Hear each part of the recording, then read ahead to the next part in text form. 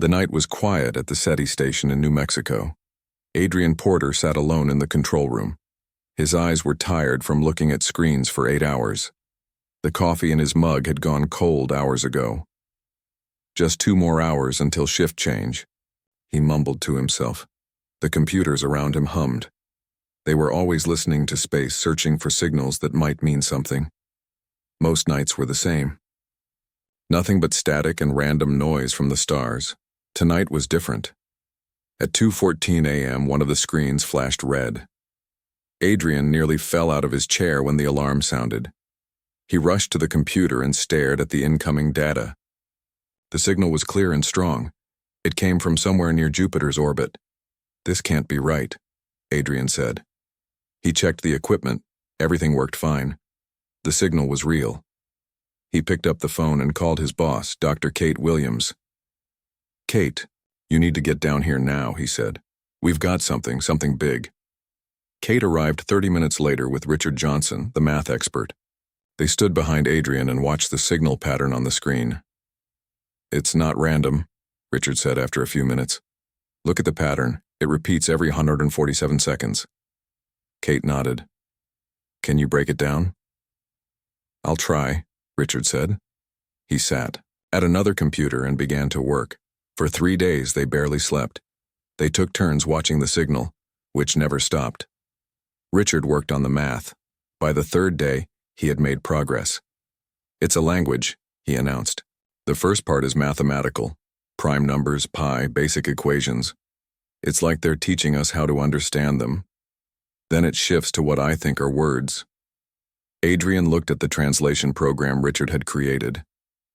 "Can we understand what they're saying?" "I think so," Richard said. "Give me a few more hours." By sunset, they had their answer. The message was clear and direct.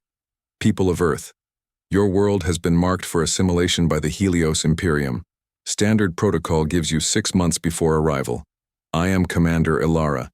Sending this warning breaks our laws. You will receive no other warning. Prepare yourselves." Adrian read the message again and again. "This has to be a joke," he said. "Someone hacked our systems." Kate shook her head. "The signal comes from space, Adrian, near Jupiter. We've confirmed it from 3 different receivers." "We need to tell someone," Richard said. "Who would believe us?" Adrian asked. "We have to try," Kate said. She picked up the phone and called Washington. No one believed them at first. Government officials thought it was a mistake or a prank. But within a week, other SETI stations around the world picked up the same signal. The message was always the same. Adrian kept listening. 2 weeks after the first message, Commander Ilara sent more information. The Helios Imperium controls over 2,000 star systems. Earth is classified as Category 3, advanced enough to provide resources and labor, not advanced enough to threaten us. Resistance has failed on all previous Category 3 worlds. Adrian sent a message back. "Why are you warning us?" 3 days later, he got an answer. "I am from a world like yours. We were conquered 300 years ago. What they did to my people, I cannot let it happen again without warning. This message is treason. If discovered, I will be executed." Adrian shared the new messages with Kate and Richard. They sent everything to the government. This time people listened. Satellites around Earth soon detected large objects moving near Jupiter, slowing down as they approached our solar system. Panic spread as news leaked to the public. The president went on TV. "We have made contact with an alien civilization," she said. "We are working to understand their intentions." But the world already knew the truth. Someone leaked the messages online. People were scared. Some rioted. Others prayed. Many began to prepare for the worst. Adrian kept talking with Commander Ilara. Each message took days to send and receive. He learned more about the Empire and their ships. He learned about their weapons and weaknesses. Most importantly, he learned they could be hurt. "Your world is different," Ilara wrote. "Most planets fall because they fight among themselves. You might have a chance if you work together." Adrian passed all this information to the world leaders. For the first time in history, countries began to truly cooperate. Old enemies shared Secrets and technology. Scientists work together across borders. 50 days after the first message, something changed. Ilara's messages became shorter and less frequent. "They suspect something," she wrote. "Communications are being watched. I will send what I can." Her last message came 3 months after the first one. It was short. "They know. Remember what I told you about their ship engines? Look for the blue light. That's the weak spot. Goodbye, Adrian Porter. Make your world proud." Adrian never heard from her again. The world kept preparing. New weapons were built, bunkers were dug, food was stored, people trained for war. The greatest minds on Earth worked on defenses based on Ilara's information. Scientists confirmed that 6 large ships had entered the solar system. They moved slowly, but they were coming toward Earth. Based on their speed, they would arrive exactly 6 months after the first warning, just as Ilara had said. Adrian often looked at the sky at night. Somewhere up there, an alien who had never met him had risked everything to warn his planet. He wondered if she was still alive. He doubted it. "We won't waste your sacrifice," he whispered to the stars. 4 months after the first message, Adrian was called to Washington. World leaders had formed a global defense council. They wanted Adrian to join because he had spoken with Ilara the most. "Do you think we can win?" the president asked him during their first meeting. Adrian thought about everything Ilara had told him. He thought about humanity's history of fighting against impossible odds. "I don't know," he said honestly. "But I know we'll fight harder than they expect. Maybe that will be enough." The council nodded. Plans were made. The world prepared for war. 2 months remained before the ships would reach Earth. The countdown had begun. The world changed in ways no one could have imagined 60 days ago. Old enemies now worked side by side. Countries that once pointed nuclear weapons at each other now shared military bases. The United Nations building in New York became the center of Earth's defense planning. Adrian Porter was there when the leaders of the 7 most powerful nations met. He sat quietly in the back of the room as they argued about what to do. "Our satellites confirm 6 large ships have passed the orbit of Mars," said the American president. "They will reach Earth in 4 months. "Can we attack them before they get here?" asked the Russian leader. The Chinese president shook her head. "Our best missiles cannot reach that far with enough power. We must focus on defense." From the corner of the room, a woman stood up. She was not supposed to speak at this meeting. She was only there to listen and take notes. But something in her had changed when she heard about the alien ships. "I may have a way to fight back," she said.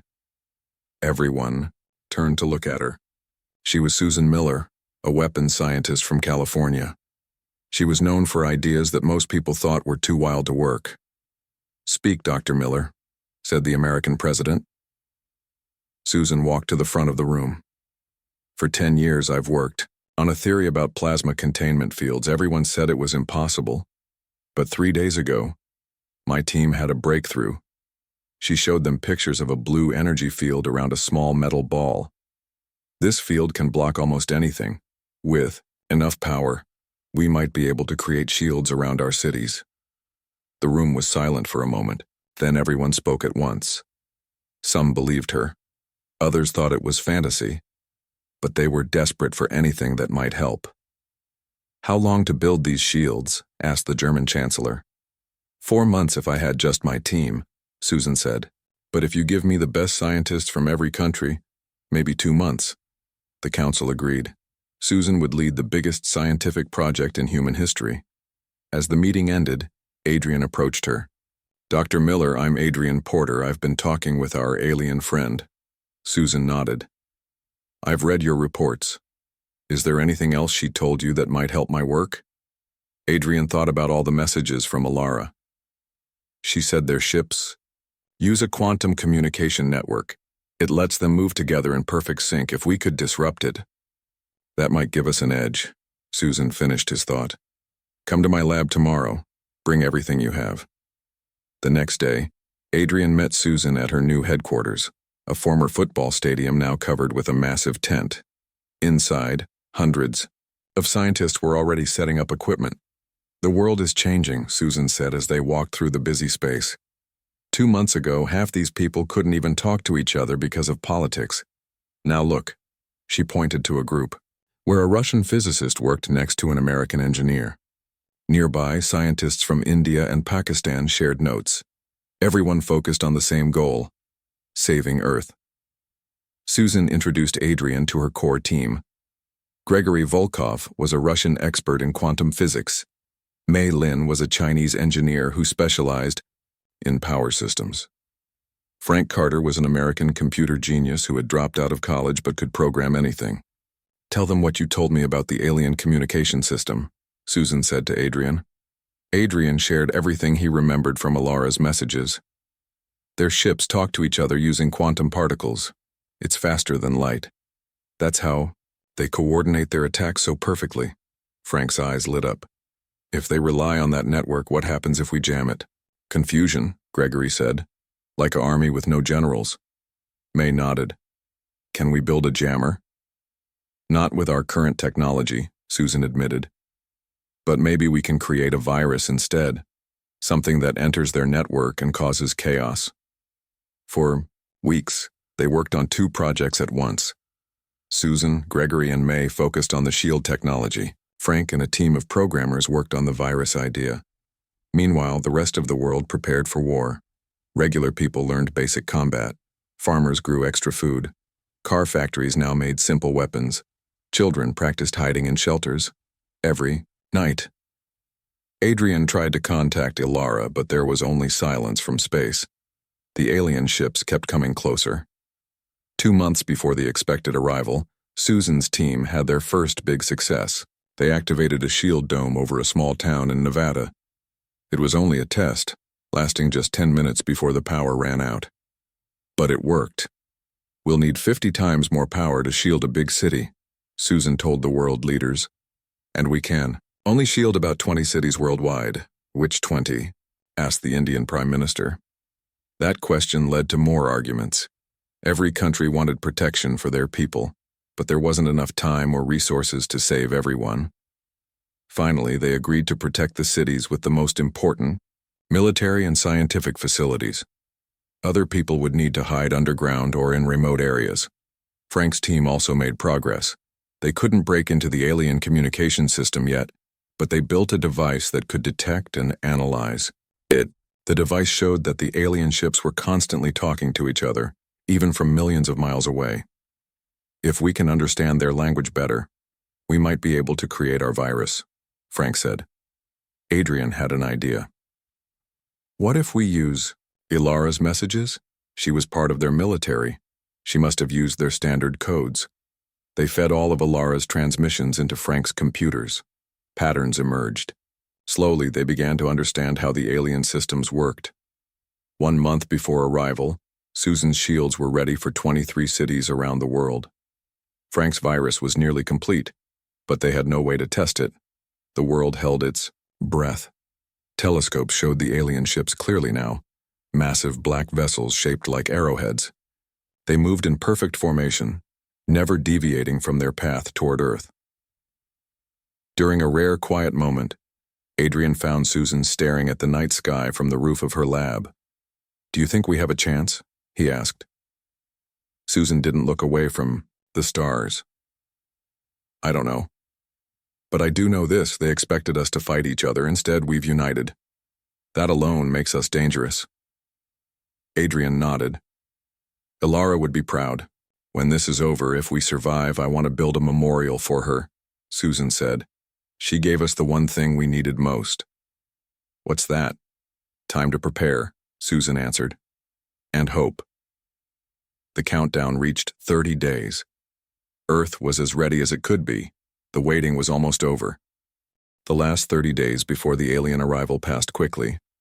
Across the world, people moved into protected cities or went underground. Soldiers took positions at defense stations. Scientists worked around the clock to improve their weapons. Adrian Porter barely slept. Every night he sent messages into space hoping Ilara might answer. There was never a reply. One morning, as he dozed at his desk, A hand shook him awake. It was Frank Carter, the computer expert. "I got something," Frank said. His eyes were red from lack of sleep, but he was smiling. A new signal. Not from Alara, but from one of the ships. Adrian jumped up. "What does it say?" "It's not a message for us. It's them talking to each other. But I recorded it, and the pattern matches what we learned from Alara's communications." They rushed to Susan's lab. Inside, Susan and her team were testing a miniature version of their shield. The blue energy dome flickered over a metal table. "It's getting stronger," Susan said when she saw them. "We can block their standard weapons, now based on what Alara told us. But we don't know if they have something bigger." Frank showed her the signal data. "I think I can finish the virus now. This is the final piece we needed." Susan nodded. "Do it. We have 3 weeks left." The world leaders called a meeting 2 days later. They gathered in an underground bunker beneath the Rocky Mountains. Adrian, Susan, and Frank were there to explain their progress. "The shields are ready for deployment," Susan said. 23 cities can be protected. Each shield will last about 3 hours before the power runs out. Then they need 1 hour to recharge. "What about the virus?" asked the Chinese president. Frank stepped forward. "It's ready, but we have no way to test it. It's designed to enter their communication network and create false commands. If it works, their ships will receive conflicting orders." "How do we deliver this virus?" the Russian leader asked. Adrian answered. "We need to get close to one of their ships. The virus has to be uploaded directly into their systems." The room went quiet. Getting close to an alien warship seemed impossible. "We'll find a way," the American president finally said. "We have to." 2 weeks before the expected arrival, the alien ships suddenly accelerated. They would reach Earth in just 7 days. The news spread panic. People who had not yet reached safety rushed to find shelter. The military moved to full alert. Susan's team worked day and night to install shield generators in the protected cities. Frank finished the virus program. He loaded it onto thousands of small devices that could be carried by soldiers or attached to missiles. "One of these has to reach a ship," he told Adrian. "Just one." As the deadline approached, Adrian made one last attempt to contact Alara. To his shock, a response came back. It was short and different from her previous messages. "They found me. Execution scheduled. Final gift attached. Coordinates of engine cores. Target the blue light. Goodbye, Earth." With the message came detailed schematics of the Imperial vessels showing their weak points. Adrian immediately sent the information to military commanders worldwide. The night before the ships were due to arrive, Susan found Adrian on the roof of their building in Denver, one of the protected cities. "You should get some sleep," she said. Adrian shook his head. "I keep thinking about Alara. She died for us. A person from another planet who never even saw Earth. She saw something in us worth saving," Susan said. "We won't waste her sacrifice." They stood in silence, looking at the stars. Tomorrow, alien ships would fill that sky. Tomorrow, Earth would fight for its life. "I want you to know," Susan said, "the shields will work, and Frank's virus has a real chance. We're not helpless." Adrian nodded. "For the first time in history, every country is working together. No wars, no fights over resources or borders, just people trying to save each other." "Maybe that's what Alara saw in us," Susan said. "Our ability to change when we need to." The morning came too soon. Adrian joined the command center under Denver. Screens showed views from telescopes and satellites. The alien ships were visible now, even to the naked eye. 6 massive black shapes moving across the sky. "They're taking position," said General Paul Davis, the head of Earth's Unified Military Command. "Spread out to cover the major continents." Susan's team activated the shields over the 23 protected cities. Blue energy domes appeared, visible for miles. Power plants worldwide diverted all their energy to maintain the shields. Frank sat at a computer station, ready to track his virus if they managed to deploy it. "Remember," he said to the military officers, "we need direct contact with a ship." The largest alien vessel moved into position over the Atlantic Ocean. A voice came through all communication channels worldwide, speaking in perfect English. People of Earth, this is Commander Vex of the Helios Imperium. Your world has been selected for assimilation. Surrender now and accept Imperial rule. Resistance will result in cleansing fire. The world leaders had already agreed on their answer. The American president spoke for Earth. We decline your offer. This is our home. We will defend it. There was silence for nearly a minute. Then the alien commander responded. Very well, standard protocol will now commence. Small craft began to launch from the larger ships, hundreds of them heading toward major cities around the world. They're going for the unprotected areas first, General Davis said. Just like Alara warned us. Earth's military forces launched into action. Jets scrambled to intercept the alien craft. Ground forces prepared for landing parties. Nuclear missiles remained on standby, a last resort that might do more harm than good. In the command center, Adrian watched as the first battles began. Some alien craft were shot down by Earth's fighters. Others reached their targets and began landing troops. The fighting was fierce. They didn't expect us to be so prepared, General Davis said. We're hurting them. One alien ship approached. Denver then stopped at the edge of the shield. It fired energy weapons that splashed against the blue dome. The shield held. Similar scenes played out at other protected cities. The shields worked just as Susan had promised. The aliens seemed confused by this technology, but Earth was taking losses too. Cities without shields faced direct attacks. Reports came in of strange weapons that melted tanks and buildings. We need to deploy the virus, Frank said urgently. The longer we wait, the more people die.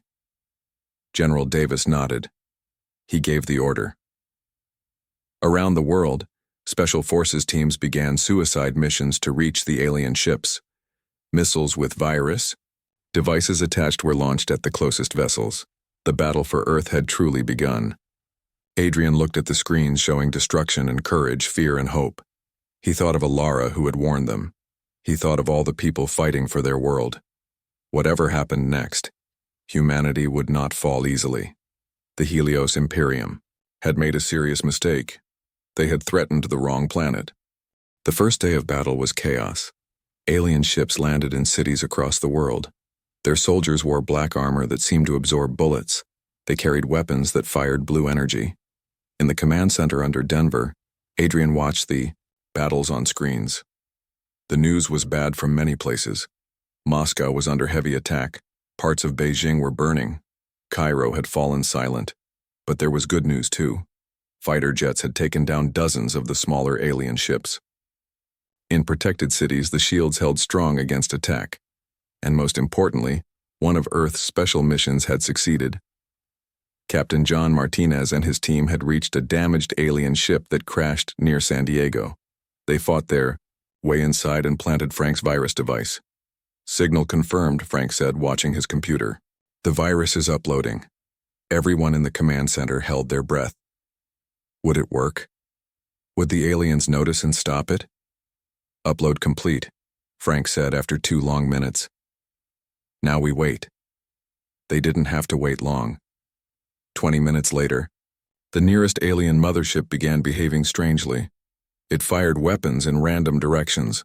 Some of its smaller ships crashed into each other. It's working, Frank shouted. The virus is spreading through their network. General Davis immediately ordered attacks on the confused alien ships. Earth's fighters and missiles hit them while they couldn't coordinate their defenses. For a few hours, it seemed Earth might win easily. 2 of the 6 motherships were badly damaged. Hundreds of smaller craft were destroyed. Then something changed. The 4 undamaged motherships suddenly went dark. They cut all communications, even with each other. They're isolating themselves to stop the virus, Frank said. His face fell. They're adapting faster than I expected. The ships that had gone dark soon resumed their attack with new tactics. They targeted power plants and energy facilities.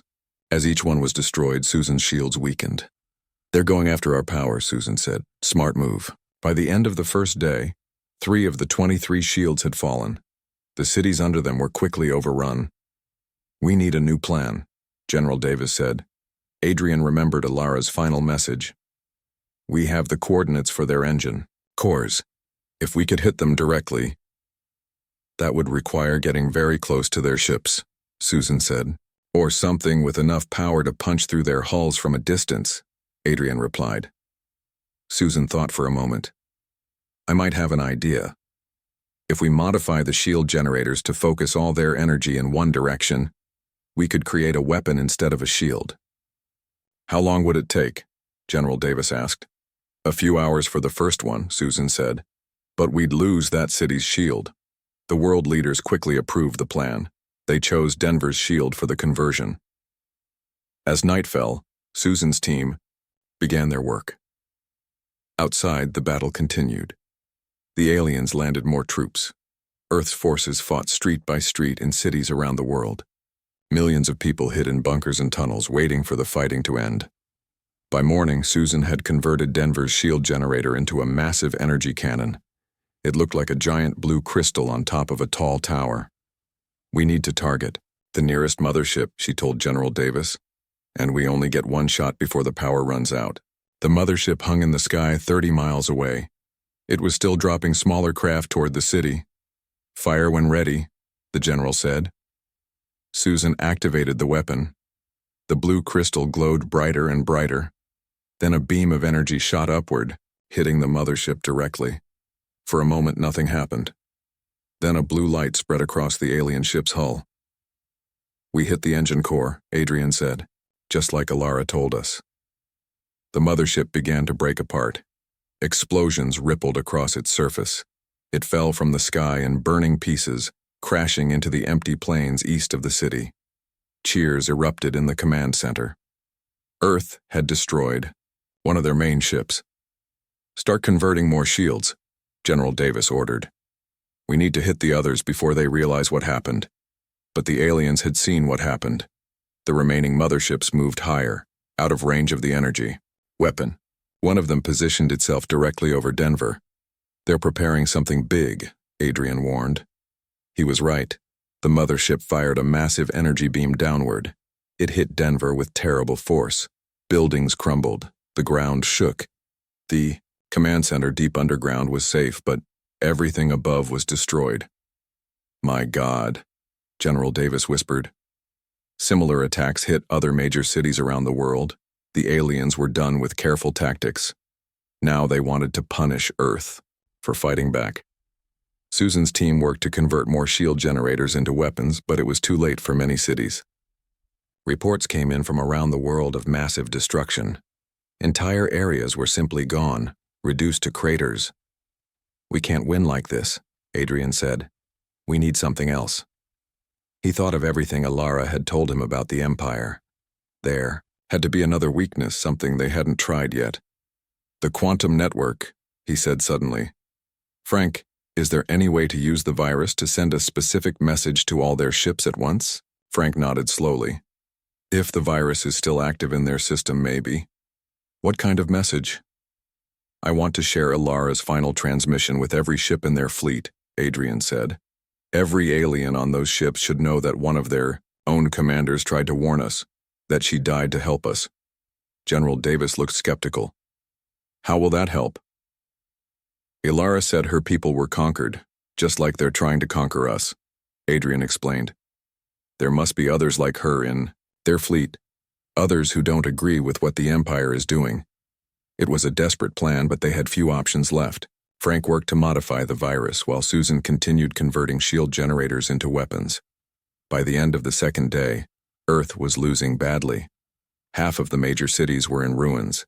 Military forces were scattered and running low on supplies. The remaining motherships stayed high in orbit, raining destruction from above. But Susan had converted 6 more shields into weapons. They were ready to fire at the same time, targeting the motherships from different angles. And Frank had finished his modified virus. "It's ready," he said.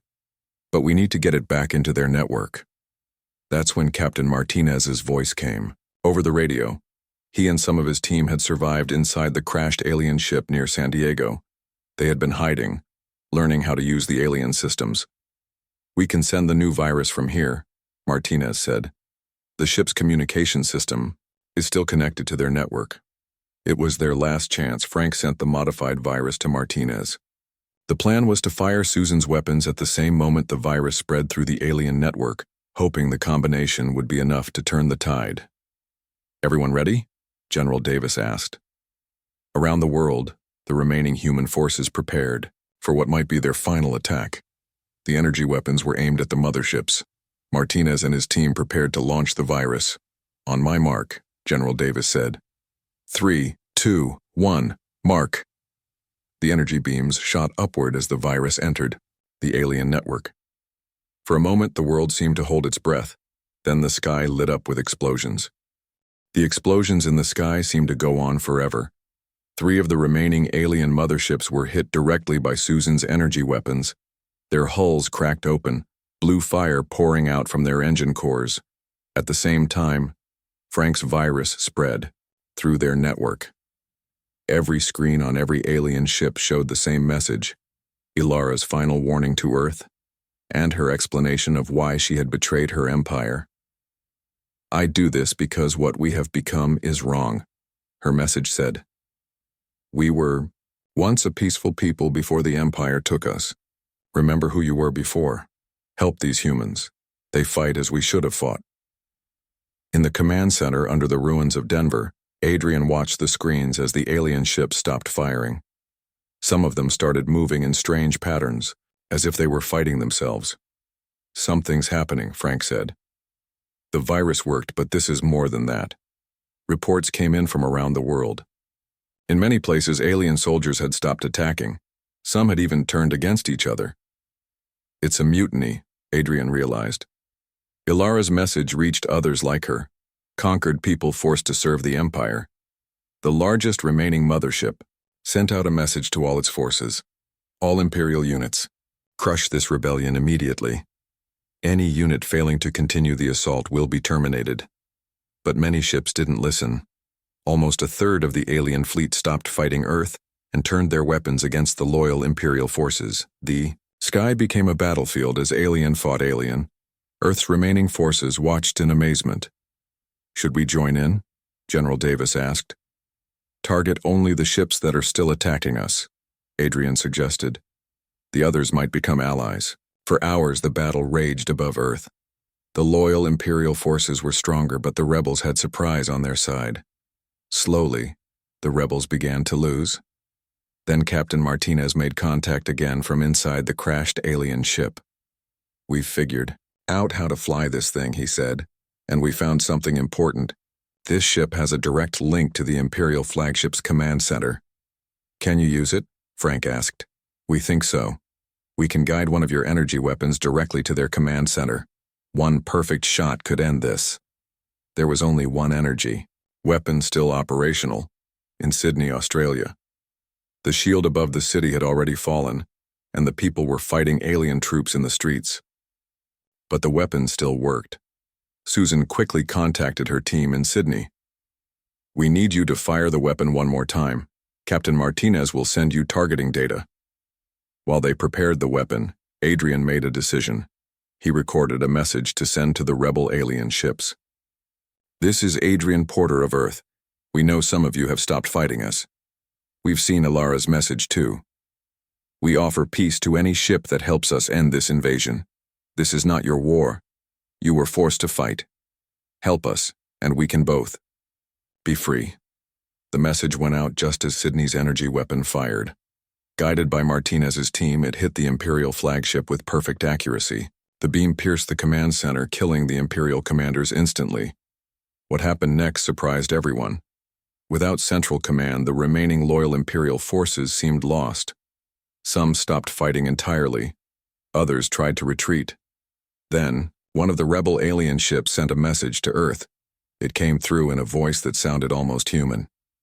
This is Sub-Commander Renek of the former Imperial vessel Light of Judgment. We accept your offer of peace. The Imperial command structure has fallen. Those of us who were enslaved by the Empire wish only to return to our home worlds. Around the world, the fighting slowly stopped. Alien soldiers put down their weapons. The remaining ships pulled back to orbit.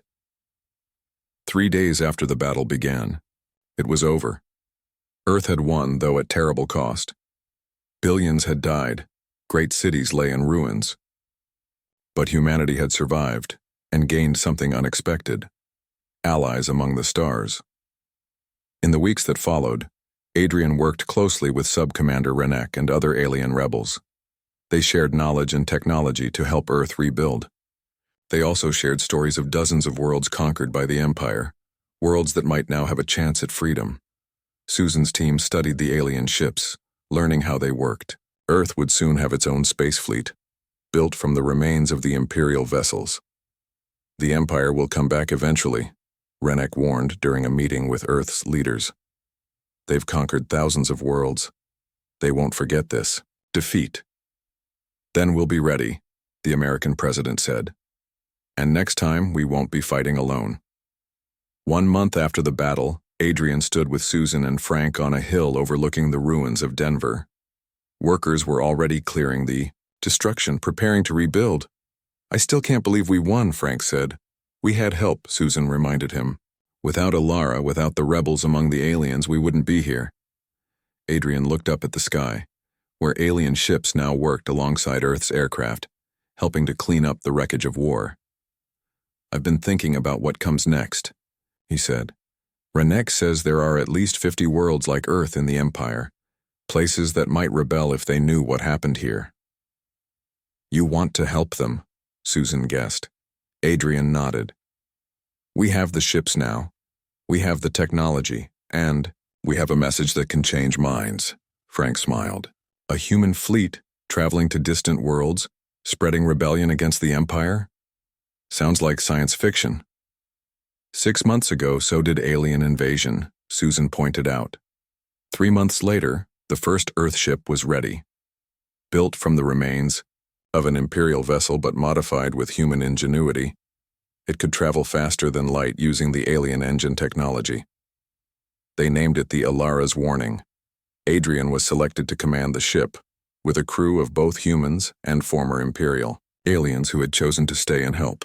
Their mission was simple, but dangerous: travel to other conquered worlds and share the story of Earth's resistance. The day before launch, Adrian visited a memorial that had been built in what was once Central Park in New York. A simple stone pillar with a plaque that read, "For Commander Alara, who gave her life to warn a world she never knew. Humanity remembers." He placed his hand on the cool stone. "We won't waste your sacrifice," he whispered. "The rebellion you started will spread to every corner of the Empire." The next morning, the Alara's Warning rose into the sky, carrying the hopes of Earth and the seeds of rebellion to the stars. The ship's hull gleamed in the sunlight as it accelerated, then vanished in a flash of blue light. The Empire had targeted Earth, expecting an easy victory. Instead, they had created their most dangerous enemy: a world united, armed with their own technology, and determined to free every planet under Imperial rule. The war had only just begun,